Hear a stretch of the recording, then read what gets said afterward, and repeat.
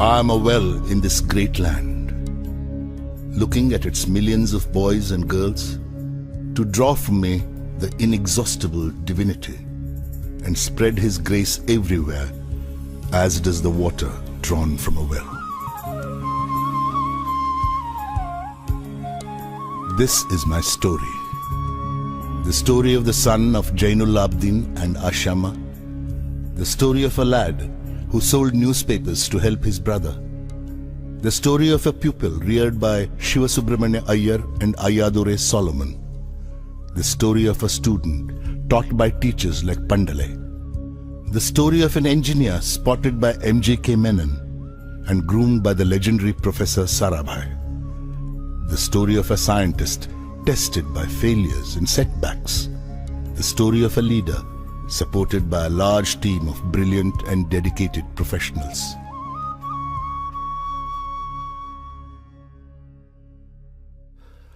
This story will end with me, for I have no belongings in the worldly sense. I have acquired nothing, built nothing, possessed nothing, no family, sons, daughters. I do not wish to set myself up as an example to others, but I believe that a few readers may draw inspiration and come to experience that ultimate satisfaction which can only be found in the life of the Spirit. God's providence is your inheritance. The bloodline of my great-grandfather Aul, my grandfather Pakir, and my father Jainul Abdin may end with Abdul Kalam. But God's grace will never cease, for it is eternal.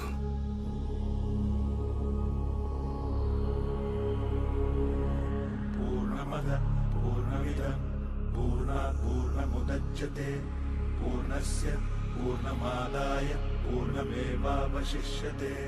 Om Purnamada Purnamidam Purnat Purnamudachyate Purnasya Purnamadaya Purnamevavashishyate. Purnamada Purnamidam Purnat Purnamudachyate Purnasya Purnamadaya Purnamevavashishyate. Purnamada Purnamidam Purnat Purnamudachyate Purnasya Purnamadaya Purnamevavashishyate.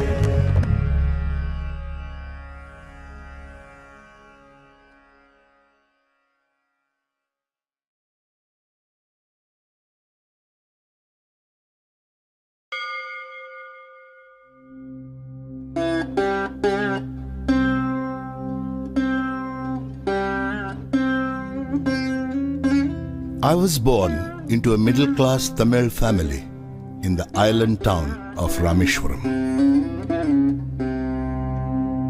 My father, Jainul Abdin, had neither much formal education nor much wealth. Despite these disadvantages, he possessed great innate wisdom and a true generosity of spirit. He had an ideal helpmate in my mother, Ashima. I was one of many children, a short boy with rather undistinguished looks, born to tall and handsome parents. We lived in our ancestral house, which was built in the middle of the 19th century. It was a fairly large Pakka house on the Mosque Street in Rameshwaram. My austere father used to avoid all inessential comforts and luxuries. However, all necessities were provided for. In fact, I would say mine was a very secure childhood, both materially and emotionally.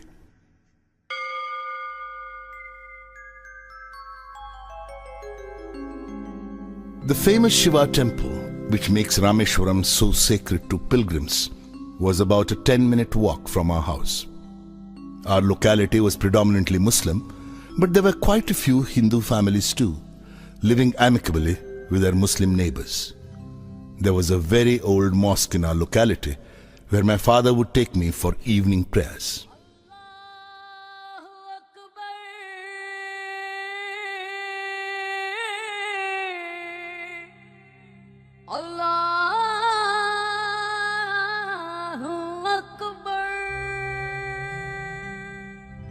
The high priest of the Rameshwaram temple, Pakshi Lakshmana Shastri, who was a very close friend of my father's.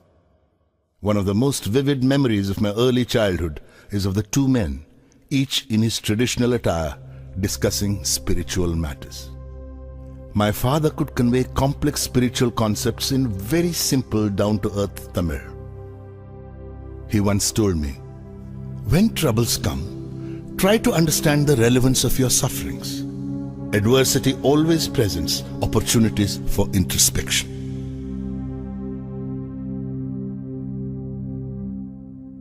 I have throughout my life tried to emulate my father in my own world of science and technology. I feel convinced that there exists a divine power that can lift one up from confusion, misery, melancholy and failure and guide one to one's true place.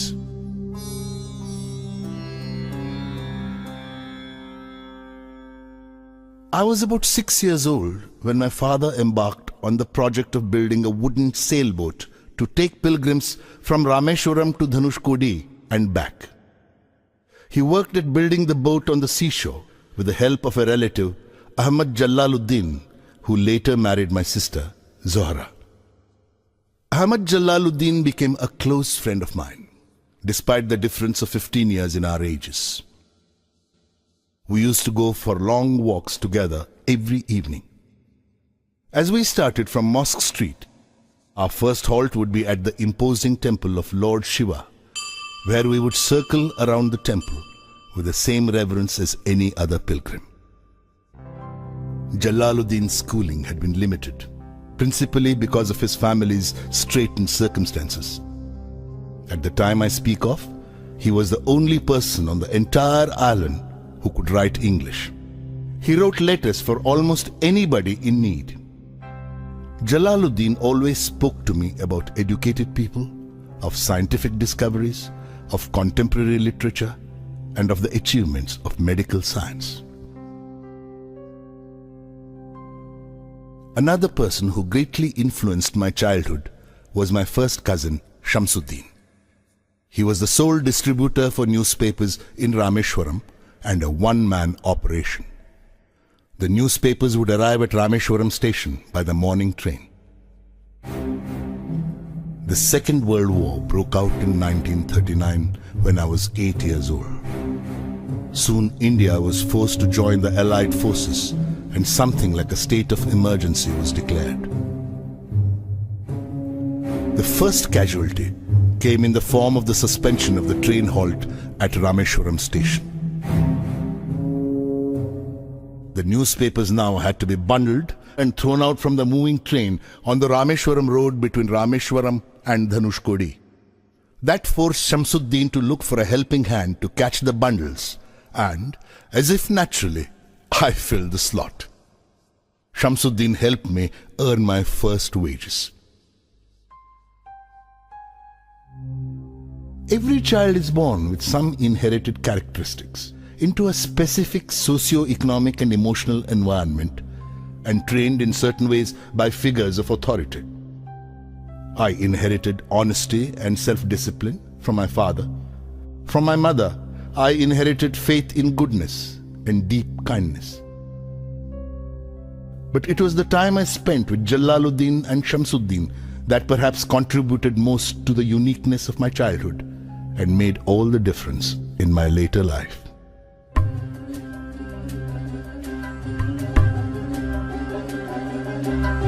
தந்தை மகற்கு ஆற்றும் நன்றி அபயத்து முந்தி திருப்பச்செயல் தந்தை மகற்கு ஆற்றும் நன்றி அபயத்து முந்தி திருப்பச்செயல் திருப்பச்செயல் மகன் தந்தைக்கு ஆற்றும் உதவி இவன் தந்தை என்னோற்றான்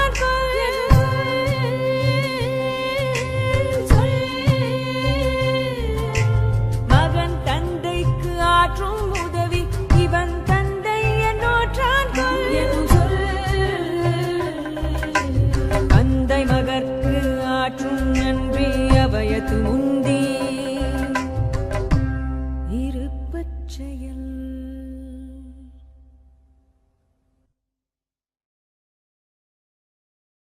Then the war was over and India's freedom was imminent.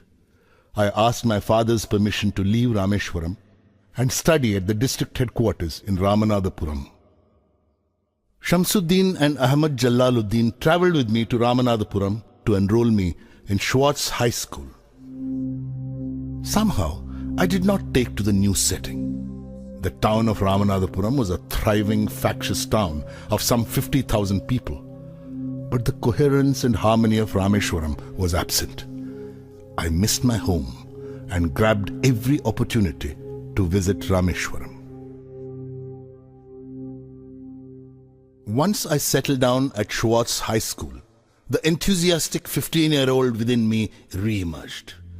My teacher, Ayadurai Solomon, was an ideal guide for an eager young mind that was yet uncertain of the possibilities and alternatives that lay before it.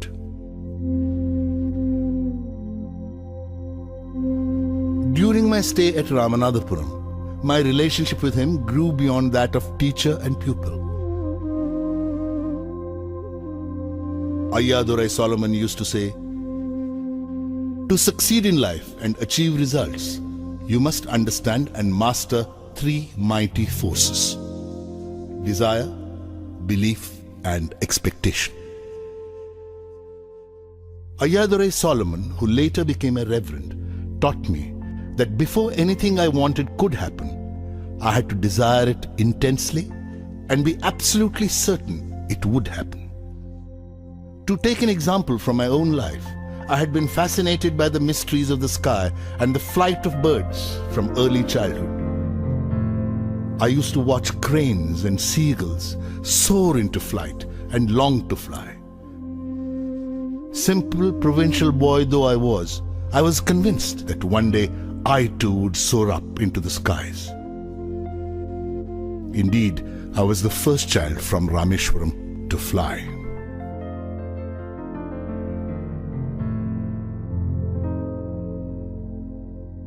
By the time I completed my education at Schwartz, I was a self-confident boy determined to succeed.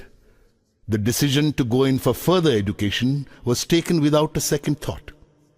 In 1950, I arrived at St. Joseph's College, Trichy, to study for the intermediate examination. When I later joined the BSc degree course at St. Joseph's, I was unaware of any other option for higher education, nor did I have any information about career opportunities available to a student of science. Only after obtaining a BSc did I realize that physics was not my subject. I had to go into engineering to realize my dreams. I wonder why some people tend to see science as something which takes man away from God. For me, science has always been the path to spiritual enrichment and self-realization.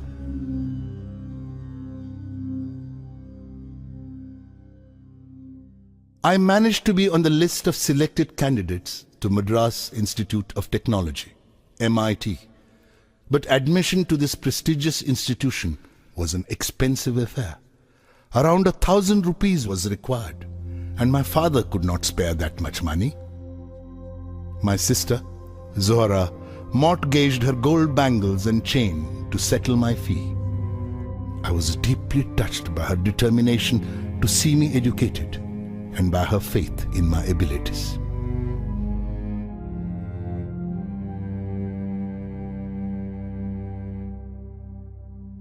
What fascinated me most at MIT was the sight of two decommissioned aircrafts displayed there.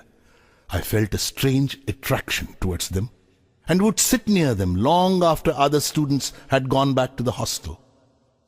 After completing my first year, when I had to opt for a specific branch, I almost spontaneously chose aeronautical engineering. In the course of my education at MIT, three teachers shaped my thinking: Professor Sponder, Professor K.A.V. Pandale, and Professor Narsingrao. Professor Sponder taught me technical aerodynamics. I consulted him before opting for aeronautical engineering. He told me that one should never worry about one's future prospects. Instead, it was more important to lay sound foundations, to have sufficient enthusiasm and an accompanying passion for one's chosen field of study. I myself would like to tell all novitiate engineering students that when they choose their specialization, the essential point is to consider whether the choice articulates their inner feelings and aspirations. Professor K.A.V. Pandalai taught me aerostructure design and analysis. He was a cheerful, friendly and enthusiastic teacher who brought a fresh approach to every year's teaching course. Professor Narsingh Rao was a mathematician who taught us theoretical aerodynamics.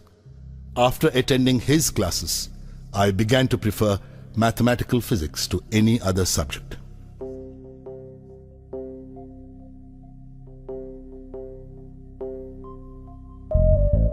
साध संगी हरि हरि नाम चित्तारा चित्तारा साध संगी हरि हरि नाम चित्तारा सहजी अनंतु होवे दिनु राति अंकुर भलो हमारा साध संगी साध संगी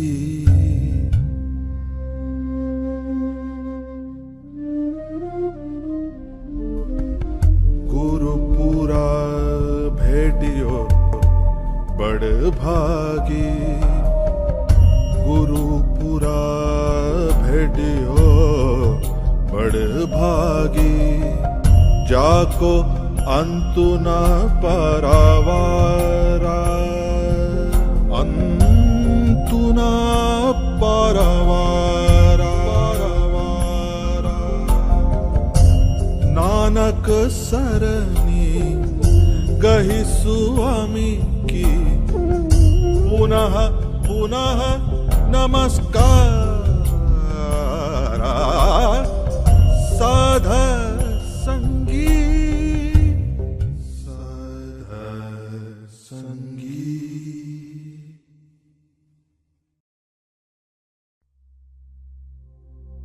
From MIT, I went to Hindustan Aeronautics Limited, HAL, at Bangalore as a trainee. Two alternative opportunities for employment, both close to my long-standing dream of flying, presented themselves before me when I came out of HAL as a graduate aeronautical engineer. One was a career in the Air Force, and another was a job at the Directorate of Technical Development and Production at the Ministry of Defense. I applied for both. The interview calls arrived from both the places almost simultaneously. I was asked to reach Dehradun by the Air Force recruitment authorities and Delhi by DTD and P.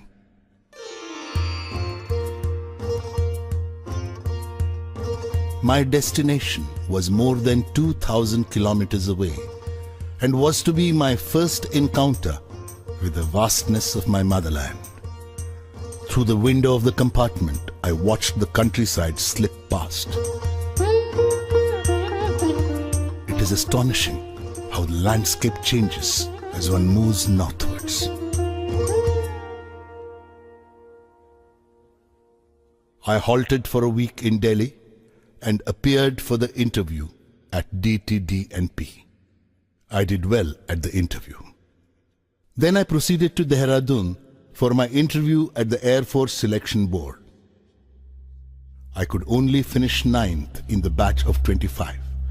I was deeply disappointed, and it took me some time to comprehend that the opportunity to join the Air Force had just slipped through my fingers.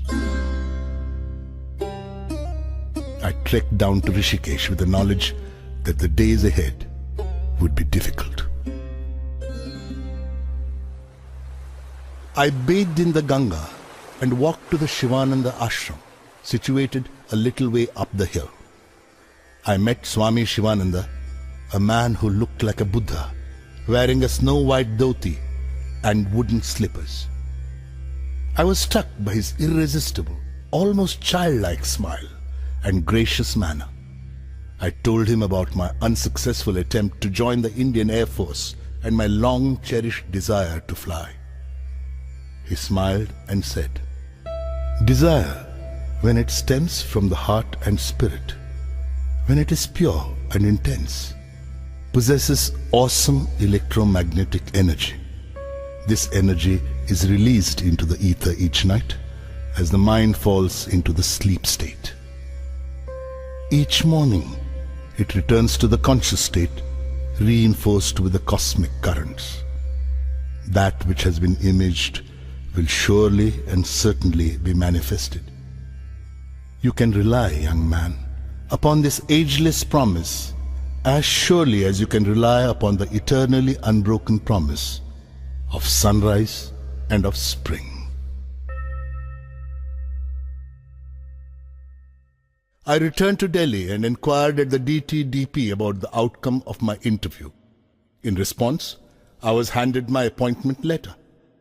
I joined the next day as senior scientific assistant on a basic salary of rupees 250 per month. 3 years passed. Then the Aeronautical Development Establishment, ADE, was born in Bangalore, and I was posted to the new establishment. Bangalore as a city was in direct contrast to Kanpur, where I had been posted during my first year at the directorate. In fact, I feel our country has an uncanny way of bringing out extremes in her people. I suppose it is because Indians have been both afflicted and enriched by centuries of migrations. Loyalty to different rulers has dulled our capacity for a single allegiance.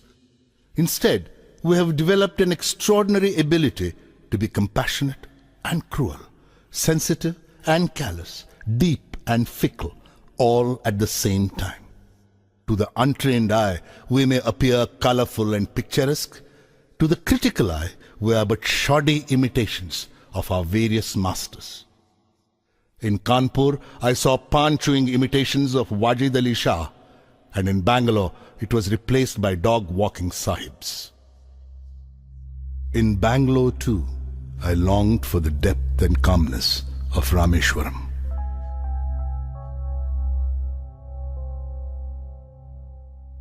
The workload at ADE during the first year was quite light. A project team was formed to design and develop an indigenous hovercraft prototype in 3 years. The hovercraft, completed ahead of schedule, was christened Nandi, after the bull ridden by Lord Shiva. For a prototype, the form, fit and finesse was beyond our expectations.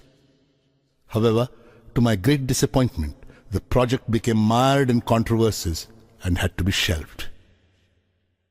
Professor M.G.K. Menon, director of the Tata Institute of Fundamental Research, paid us a surprise visit one day.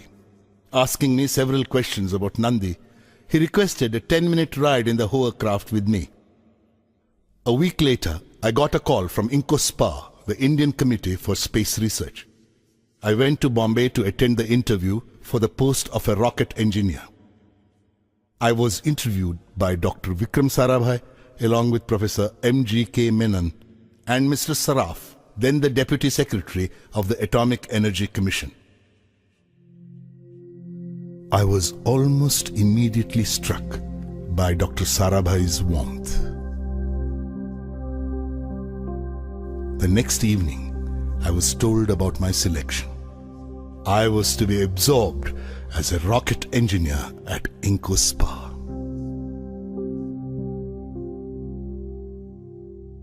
Sometime in the latter half of 1962, INCOSPA took the decision to set up the Equatorial Rocket Launching Station at Tumba, a sleepy fishing village near Trivandrum in Kerala. This was the quiet beginning of modern rocket-based research in India. Very soon after this, I was asked to proceed to America for a 6-month training program on sounding rocket launching techniques at the National Aeronautics and Space Administration, NASA. I took some time off before going abroad and went to Rameshwaram. My father was very pleased with this opportunity that had come my way.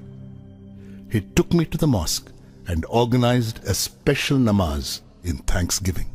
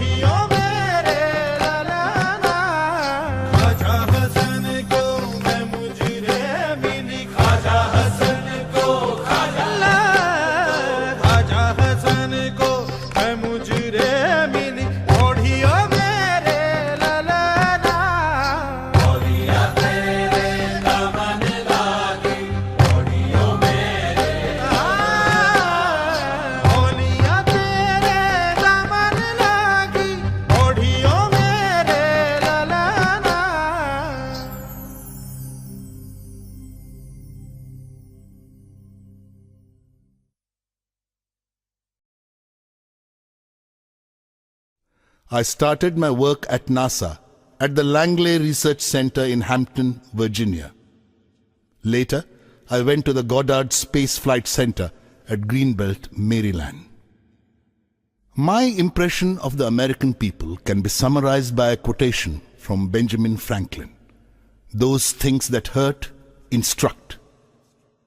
I realized that people in this part of the world meet their problems head-on. What makes life in Indian organizations difficult is the widespread prevalence of contemptuous pride. It stops us from listening to our juniors, subordinates, and people down the line.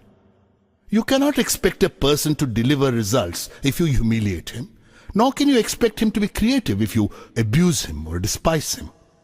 The line between firmness and harshness, between strong leadership and bullying, between discipline and vindictiveness is very fine. But it has to be drawn. On the 21st of November 1963, soon after my return from NASA, India's first rocket launch took place. It was a sounding rocket called Nike Apache, made at NASA. After the successful launch of Nike Apache, Professor Sarabhai chose to share with us his dream of an Indian satellite launch vehicle. The development of Indian rockets in the 20th century can be seen as a revival of the 18th century dream of Tipu Sultan. When Tipu Sultan was killed, the British captured more than 700 rockets and subsystems of 900 rockets in the Battle of Tirukkanhalli in 1799. His army had 27 brigades called Kushuns, and each brigade had a company of rocketmen called Jurks. These rockets had been taken to England by William Congreve and were subjected by the British to what we call reverse engineering today. With the death of Tipu, Indian rocketry also met its demise, at least for 150 years. Rocketry was reborn in India thanks to the technological vision of Prime Minister Jawaharlal Nehru. Professor Sarabhai took the challenge of giving physical dimensions to this dream. Very many individuals with myopic vision questioned the relevance of space activities in a newly independent nation which was finding it difficult to feed its population. But neither Prime Minister Nehru nor Professor Sarabhai had any ambiguity of purpose. Their vision was very clear. If Indians were to play a meaningful role in the community of nations, they must be second to none in the application of advanced technologies to their real-life problems. They had no intention of using it merely as a means to display our might. Slowly but surely, 2 Indian rockets were born at Tumba. They were christened Rohini and Menaka. The following year, Professor Sarabhai wanted to see me urgently in Delhi. At the meeting, I was introduced to Group Captain V.S. Narayanan from Air Headquarters. Professor Sarabhai unfolded his plan of developing RATO, Rocket-Assisted Takeoff System for military aircraft. By that evening, the news was out. India was taking up indigenous development of a device to help short-run takeoffs by high-performance military aircraft, and I was to head the project. I was filled with many emotions: happiness, gratitude, a sense of fulfillment. And these lines from a little-known poet of the 19th century crossed my mind. For all your days prepare, and meet them ever alike. When you are the anvil, bear. When you are the hammer, strike. 2 significant developments occurred during the work on RATO. The first was the release of a 10-year profile for space research in the country, prepared by Professor Sarabhai. To me, it was the romantic manifesto of a person deeply in love with the space research program in his country. The second development was the formation of a missile panel in the Ministry of Defense. Both Narayanan and I were inducted as members. The Future Satellite Launch Vehicle, SLV, had also been conceived by this time. Professor Sarabhai had already handpicked a team to give form to his dream of an Indian SLV. I consider myself fortunate to have been chosen to be the project leader. Professor Sarabhai gave me the additional responsibility of designing the 4th stage of the SLV. It was my usual practice to brief Professor Sarabhai after every missile panel meeting. After attending one such meeting in Delhi, on the 30th of December 1971, I was returning to Trivandrum. Professor Sarabhai was visiting Tumba that very day to review the SLV design. I spoke to him on the telephone from the airport lounge about the salient points that had emerged at the panel meeting. He instructed me to wait at the Trivandrum airport and to meet him there. When I reached Trivandrum, a pall of gloom hung in the air. I was informed that Professor Sarabhai was no more. He had passed away a few hours ago following a cardiac arrest. I was shocked to the core. It had happened within an hour of our conversation. It was a great blow to me.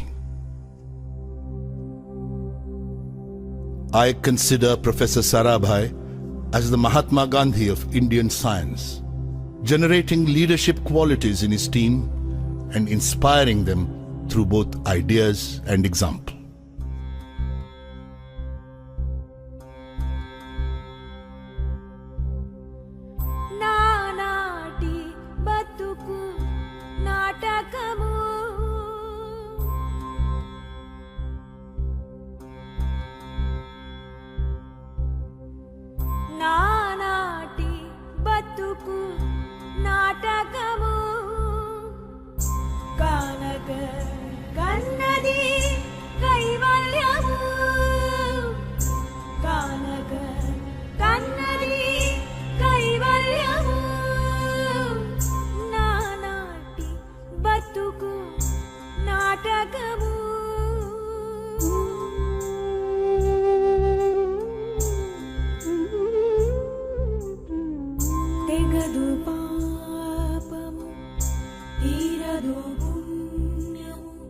నగి నగి కాలము నాటకము తెగదు పాపము తీరదు పుణ్యము నగి నగి కాలము నాటకము యగువన Shri వెంకటేశ్వరుడే యగువన Shri వెంకటేశ్వరుడే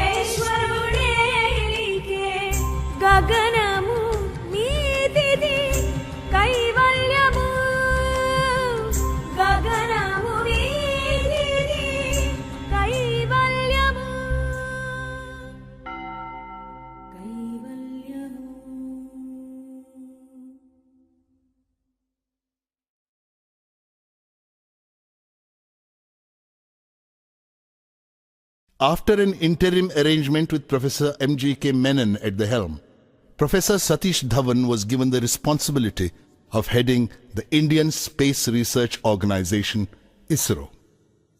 The whole complex at Tumba was merged together to form an integrated space center and christened the Vikram Sarabhai Space Center, VSSC, as a tribute to the man to whom it owed its existence. The renowned metallurgist Dr. Brahm Prakash took over as its first director. Anyone who has taken up the responsibility to lead a team can be successful only if he is sufficiently independent, powerful, and influential in his own right to become a person to reckon with.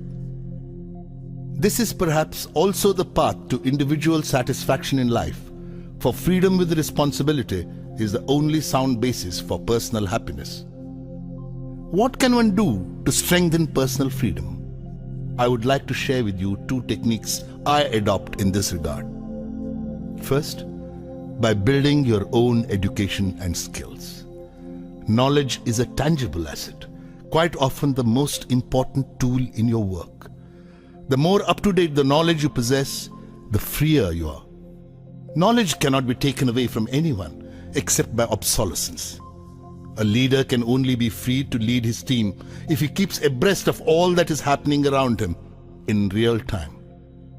To be a successful team leader, one has to stay back after the din and clutter of a working day to emerge better equipped and ready to face a new day. The second way is to develop a passion for personal responsibility.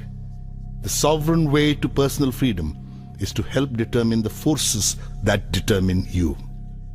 Work for the things you believe in. If you do not, you are surrendering your fate to others. The first 3 years of the SLV project was the period for the revelation of many fascinating mysteries of science. Gradually, I became aware of the difference between science and technology, between research and development. Science is inherently open-ended and exploratory. Development is a closed loop. Mistakes are imperative in development and are made every day, but each mistake is used for modification, upgradation, or betterment. Like any other act of creation, the creation of the SLV-3 also had its painful moments. One day, when my team and I were totally engrossed in our work, the news of a death in the family reached me. My brother-in-law and mentor, Janab Ahmad Jalaluddin, was no more. For a couple of minutes, I was immobilized. When I could focus on my surroundings once more, I realized that with Jalaluddin, a part of me had passed away. Traveling overnight in a combination of district buses, I reached Rameshwaram only the next day.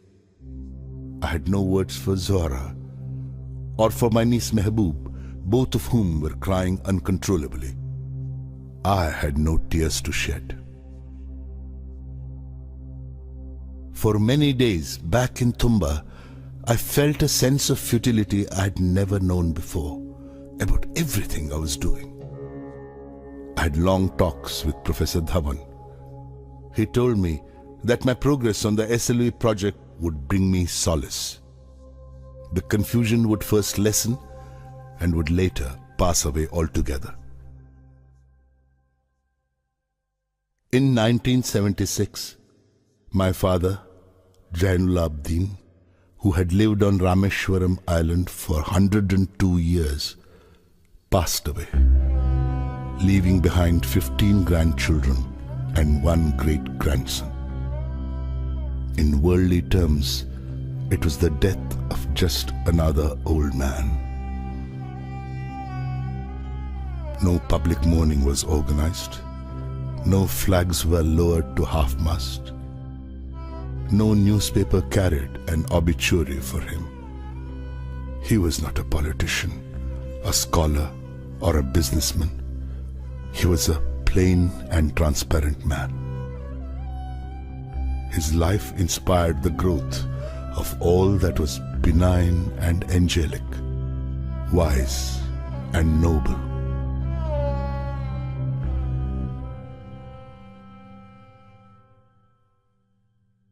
I sat for a long time with my mother, but could not speak. She blessed me in a choked voice when I took leave of her to return to Tumba.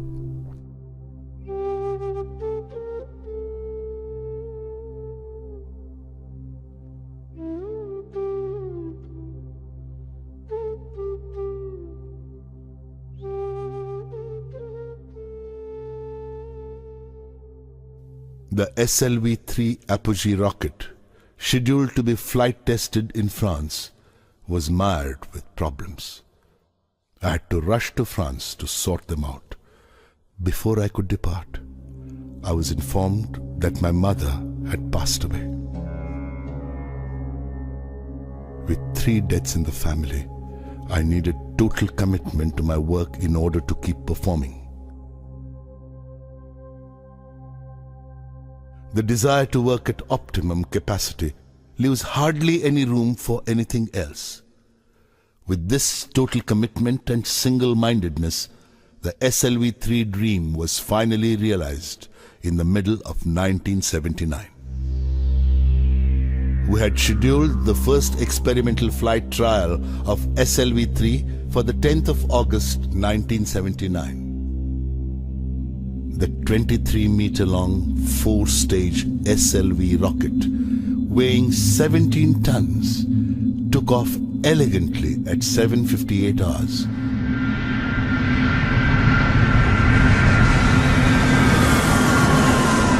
Stage 1 performed to perfection. There was a smooth transition from this stage to the second stage.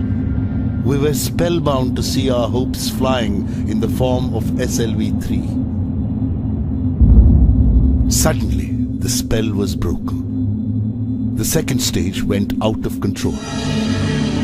The flight was terminated after 317 seconds, and the vehicle's remains, including my favorite 4th stage with the payload, splashed into the sea, 560 kilometers off Sriharikota.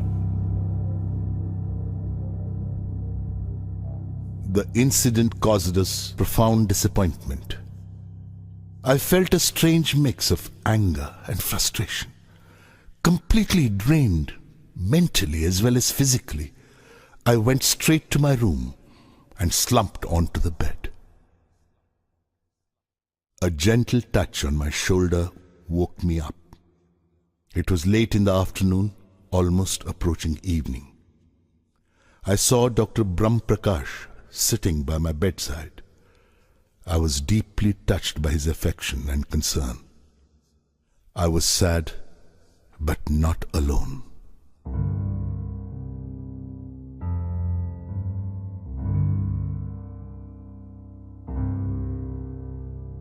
A post-flight review established that the mishap occurred because of the failure of the second stage control system. Everybody was convinced by the technical cause and effect sequence presented, and there was a general feeling of satisfaction about the whole exercise of failure management measures taken. I was still unconvinced though, and felt restless. On the spur of the moment, I stood up and addressed Professor Dhawan. Sir, even though my friends have technically justified the failure, I take the responsibility for judging the RFNA leak detected during the final phase of countdown as insignificant. As a mission director, I therefore take responsibility for the SLV-3 failure.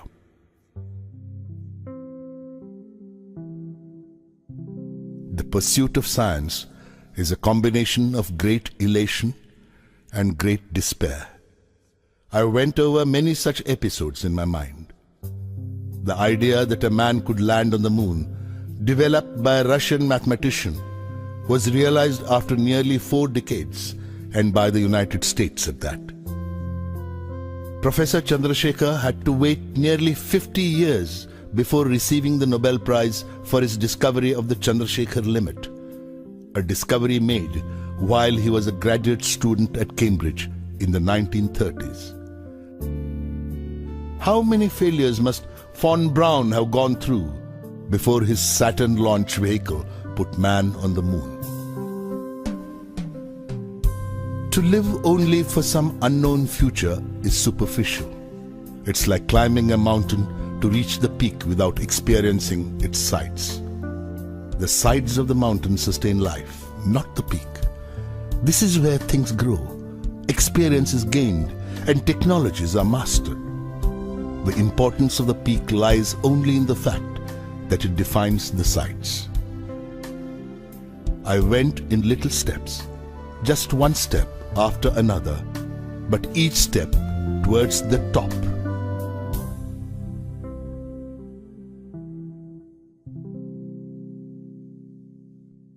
On the 17th of July 1980, 30 hours before the launch of the second SLV-3, the newspapers were filled with all kinds of predictions. Many reports preferred to trace the history of the first SLV-3 flight and recalled how the third stage had failed to ignite because of lack of fuel and the rocket had nosedived into the ocean.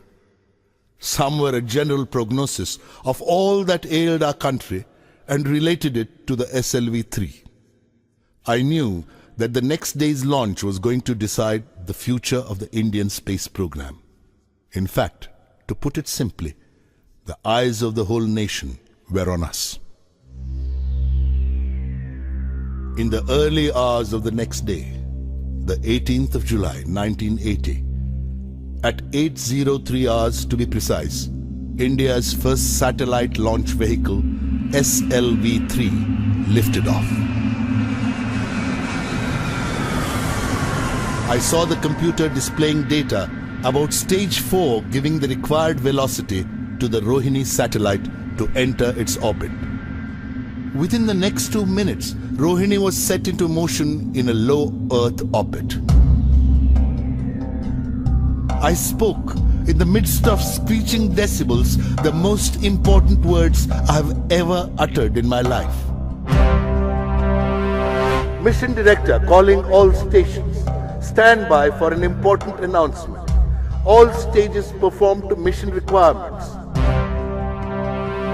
The fourth stage apogee motor has given the required velocity to put Rohini satellite into orbit. There were happy cries everywhere. When I came out of the blockhouse, I was lifted onto the shoulders of my jubilant colleagues and carried in a procession. The whole nation was excited. India had made its entry into the small group of nations which possessed satellite launch capability. It was both the culmination of a national dream and the beginning of a very important phase in our nation's history. Prime Minister Indira Gandhi cabled her congratulations. But the most important reaction was that of the Indian scientific community. Everybody was proud of this 100% indigenous effort. I experienced mixed feelings. I was happy to achieve the success which had been evading me for the past 2 decades, but I was sad because the people who had inspired me were no longer there to share my joy. My father, my brother-in-law Jalaluddin, and Professor Sarabhai. The credit for the successful SLV-3 flight goes first to the giants of the Indian space program, Professor Sarabhai in particular, who had preceded this effort. Next, to the hundreds of VSSC personnel who had through sheer willpower proved the mettle of our countrymen, and also, not least, to Professor Dhawan and Dr. Brahmprakash, who had led the project. Within a month of the SLV-3 success, I received a call from Professor Dhawan in Delhi, asking me to join him the next morning to meet the Prime Minister, Mrs. Indira Gandhi. I had a small problem. It had to do with my clothes. I was dressed casually, as is my wont, and wearing slippers. not by any standards of etiquette, suitable attire in which to meet the Prime Minister. When I told Professor Dhawan about this problem, he told me not to worry about my dress. "You are beautifully clothed in your success," he quipped. Professor Dhawan and I arrived at the Parliament House Annex the next morning. There were about 30 members of the Lok Sabha and Rajya Sabha in the room. Professor M.G.K. Menon and Dr. Nag Chowdhury were also present. Srimati Gandhi spoke to the members about the success of the SLV-3 and lauded our achievement. In January 1981, the renowned nuclear scientist, Professor Raja Ramanna, invited me for a private meeting. The Devil missile program had been shelved in spite of tremendous achievements made by Narayanan and his team at the Defence Research and Development Laboratory, DRDL. The entire program of military rockets was reeling under a persistent apathy. Professor Ramanna asked me if I would like to join DRDL and shoulder the responsibility of shaping their guided missile development program. I felt honored by the esteem in which Professor Ramanna held me. Republic Day 1981 brought with it a pleasant surprise: the conferment of the Padma Bhushan Award on me. I filled my room with the music of Bismillah Khan's Shehnai. The music took me to another time, another place. I visited Rameshwaram and hugged my mother. My father ran his caring fingers through my hair. My mentor, Jalaluddin, announced the news to the crowd gathered on Mosque Street. My sister, Swara, prepared special sweets for me. Pakshi Lakshmana Shastri put a tilak on my forehead. Father Solomon blessed me holding the Holy Cross. I saw Professor Sarabhai smiling with a sense of achievement. The sapling which he had planted 20 years ago had finally grown into a tree whose fruits were being appreciated by the people of India.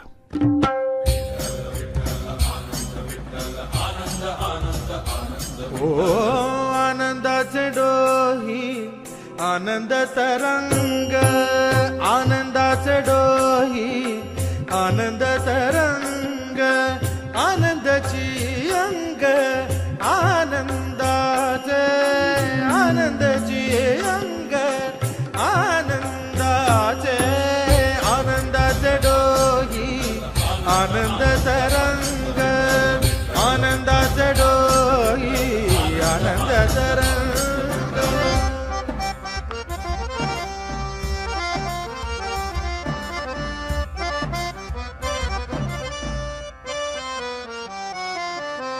गर्भाचे आवडी मातेचा डोहळा तेथीचा जिव्हाळा तेथे बिंबे गर्भाचे आवडी मातेचा डोहळा तेथीचा जिव्हाळा तेथे बिंबे तुका म्हणे तैसा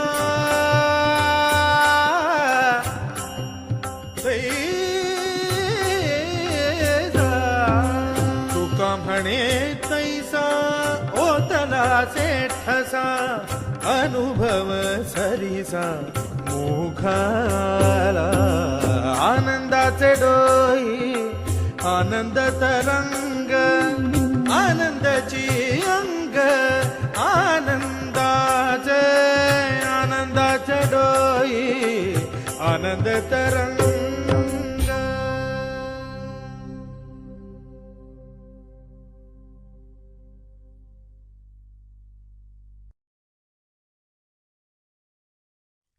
I joined DRDL on the 1st of June 1982.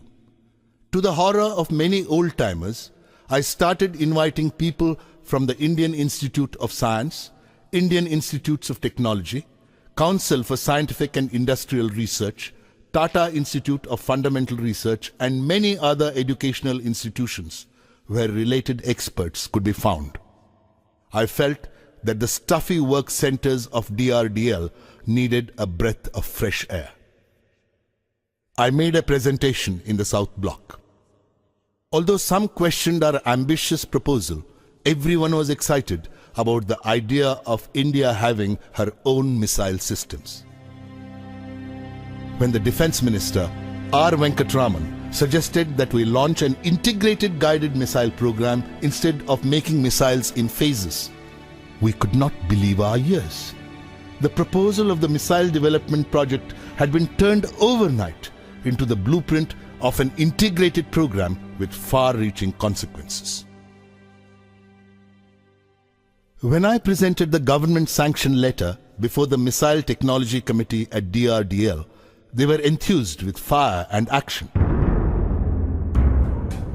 The proposed projects were christened in accordance with the spirit of India's self-reliance.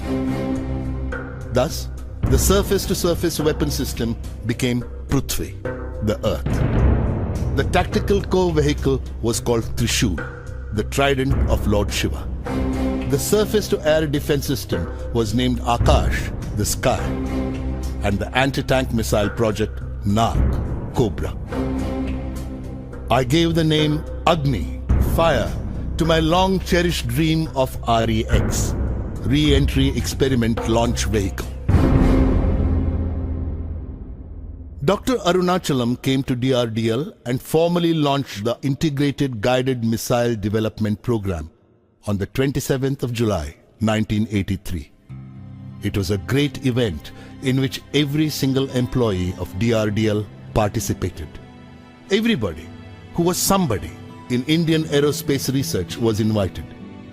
This was the second most significant day in my career, next only to the 18th of July 1980, when the SLV-3 had launched Rohini into the Earth's orbit.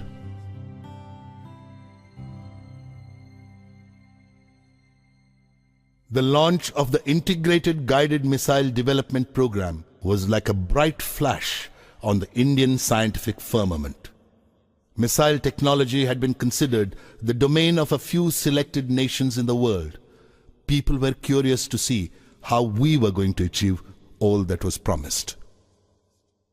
We were at a meeting laying down the targets for 1984 when news came of Dr. Brahm Prakash's death on the evening of the 3rd of January at Bombay. It was a great emotional loss for me. His compassion and humility were exemplary. His healing touch on the day of the failed SLV-E1 flight surfaced in my memory, serving to deepen my sorrow.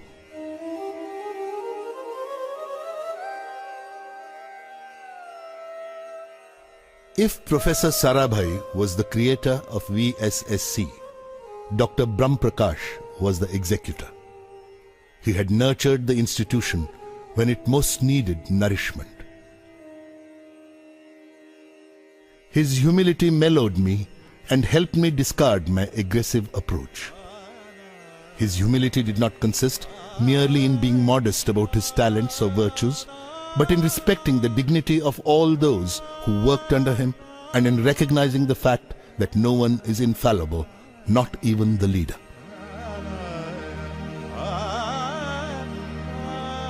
He was an intellectual giant with a frail constitution. He had a childlike innocence, and I always considered him a saint among scientists.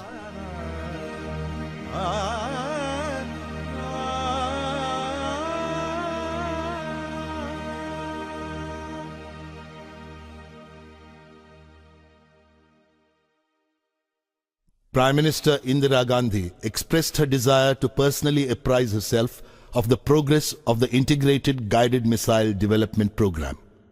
The entire organization was filled with an aura of excitement. On the 19th of July, 1984, Srimati Gandhi visited DRDL. Prime Minister Indira Gandhi was a person with a tremendous sense of pride in herself, in her work, and in her country. The esteem in which she held our work in the field of guided missiles boosted our morale immensely. We were working on the action plan that had emerged from the earlier month's review when the news of Srimati Gandhi's assassination broke.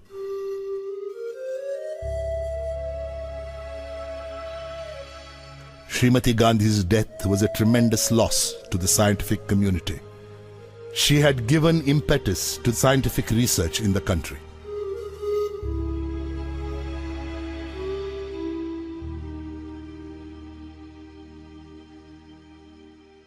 Her son, Rajiv Gandhi, took over as the new Prime Minister of India.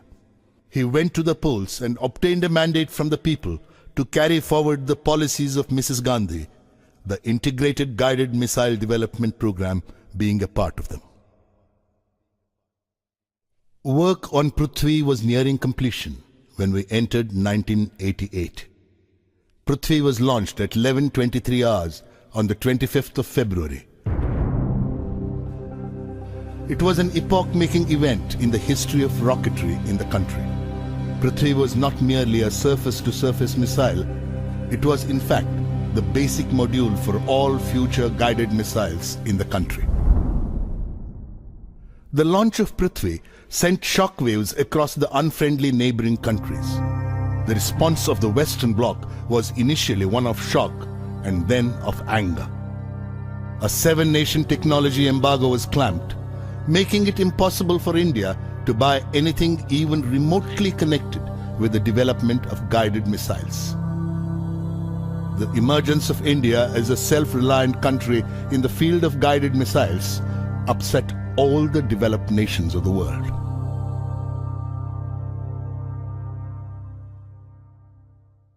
The Agni team was comprised of more than 500 scientists. Many organizations were networked to undertake this huge effort of launching Agni. The Agni launch had been scheduled for the 20th of April 1989. This was going to be an unprecedented exercise. Unlike space launch vehicles, a missile launch involves wide-ranging safety hazards. All activities preparatory to the launch went according to schedule.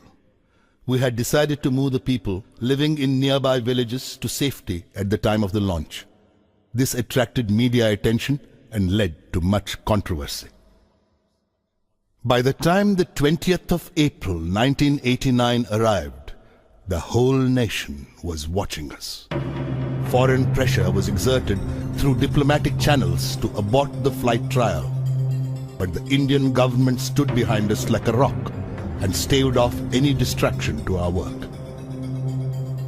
We were at T14 seconds when the computer signaled hold, indicating that one of the instruments was functioning erratically. This was immediately rectified. Meanwhile, the downrange station asked for a hold. In another few seconds, multiple holds were necessitated, and this resulted in irreversible internal power consumption. We had to abort the launch. The missile had to be opened up to replace the onboard power supplies. The press was up in arms and fielded various interpretations of the postponement of the flight to suit the fancies of their readership. Cartoonist Sudhir Dar sketched a shopkeeper returning a product to the salesman, saying that like Agni, it would not take off. Another cartoonist showed one Agni scientist explaining that the launch was postponed because the press button did not make contact. The Hindustan Times showed a leader consoling press reporters. There is no need for any alarm. It's a purely peaceful, non-violent missile. After a detailed analysis conducted virtually round the clock for the next 10 days, our scientists had the missile ready for launch on the 1st of May, 1989. But again, during the automatic computer checkout period at T10 seconds, a hold signal was indicated. A closer inspection showed that one of the control components, S1 TVC, was not working according to the mission requirements. The launch had to be postponed yet again. Now, such things are very common in rocketry and quite often happen in other countries too. But the expectant nation was in no mood to appreciate our difficulties. The Hindu carried a cartoon by Keshav, showing a villager counting some currency notes and commenting to another, "Yes, it's the compensation for moving away from a hut near the test site. A few more postponements and I can build a house of my own." Another cartoonist designated Agni as IDBM, intermittently delayed ballistic missile. Amul's cartoon suggested that what Agni needed was to use their butter as fuel. Detailed analysis of the component failure during the second attempt led to the refurbishment of the control system. Finally, the launch was scheduled for the 22nd of May. The previous night, Dr. Arunachalam, General K.N. Singh and I were walking together with the Defense Minister, K.C. Pant. It was a full moon night. It was high tide, and the waves crashed and rolled as if singing of God's glory and power. Would we succeed with the Agni launch tomorrow? This question was foremost in all our minds.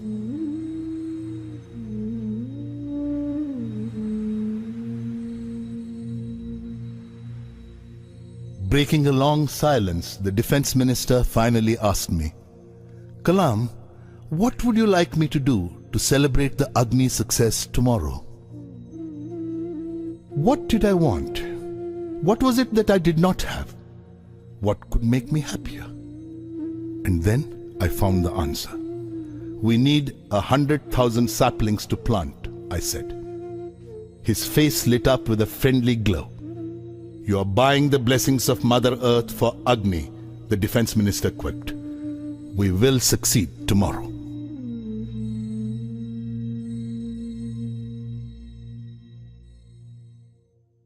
The next day, Agni took off at 7:10 hours.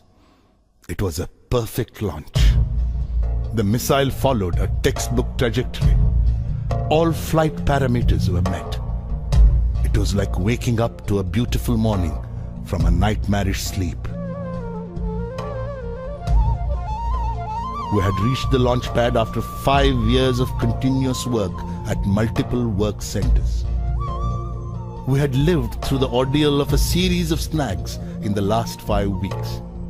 We had survived pressure from everywhere to stop the whole thing, but we had done it at last.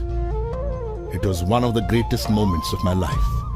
A mere 600 seconds of elegant flight washed off our entire fatigue in an instant. What a wonderful culmination of our years of labor. I wrote in my diary that night, "Do not look at Agni as an entity directed upward to deter the ominous or exhibit your might. It is fire in the heart of an Indian. Do not even give it the form of a missile, as it clings to the burning pride of this nation, and thus is bright." Prime Minister Rajiv Gandhi called the Agni launch a major achievement in our continuing efforts to safeguard our independence and security by self-reliant means. The technology demonstration through Agni is a reflection of our commitment to the indigenous development of advanced technologies for the nation's defense. Till the Agni launch, the Indian armed forces had been structured for a strictly defensive role, to safeguard our nation, to shield our democratic processes from the turbulence in the countries around us, and to raise the cost of any external intervention to an unacceptable level. With Agni, India had reached the stage where she had the option of preventing wars involving her. Swadharmam api chavekshya na vikampitum arhasi dharmyati yuddhachreyo kshatriyasya na vidyate. Swadharmam api chavekshya na vikampitum arhasi dharmyati yuddhachreyo kshatriyasya na vidyate. Adachetvam imam dharmyam sangramam na karishyasi tadaswadharmam kirtim cha hitva papam avapsyasi. Hitva papam avapsyasi.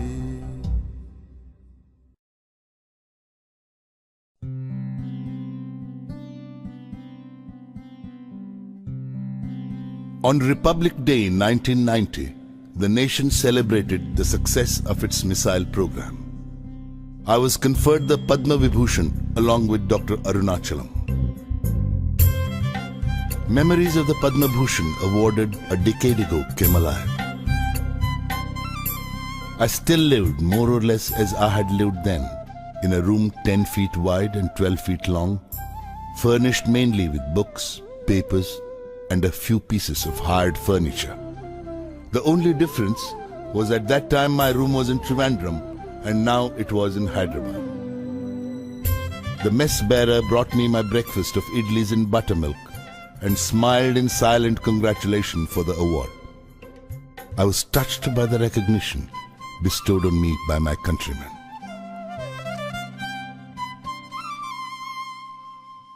A large number of scientists and engineers leave this country at their first opportunity to earn more money abroad. It is true that they definitely get greater monetary benefits, but could anything compensate for this love and respect from one's own countrymen? On the 15th of October, 1991, I turned 60. I looked forward to retirement and planned to open a school for the less privileged children. It was during this period that I decided to put down my memoirs and express my observations and opinions on certain issues. The biggest problem Indian youth faced, I felt, was a lack of clarity of vision, a lack of direction. It was then that I decided to write about the circumstances and people who made me what I am today. The idea was not merely to pay tribute to some individuals or highlight certain aspects of my life.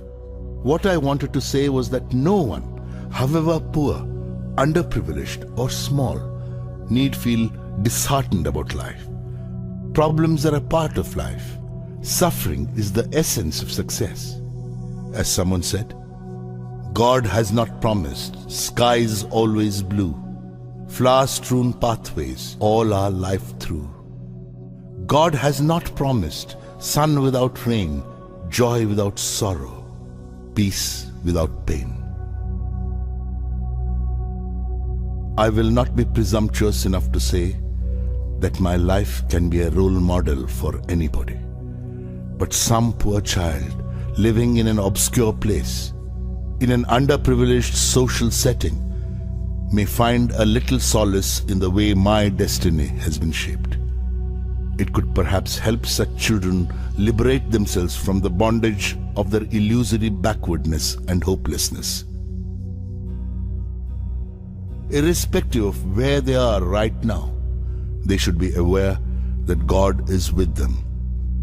And when He is with them, who can be against them?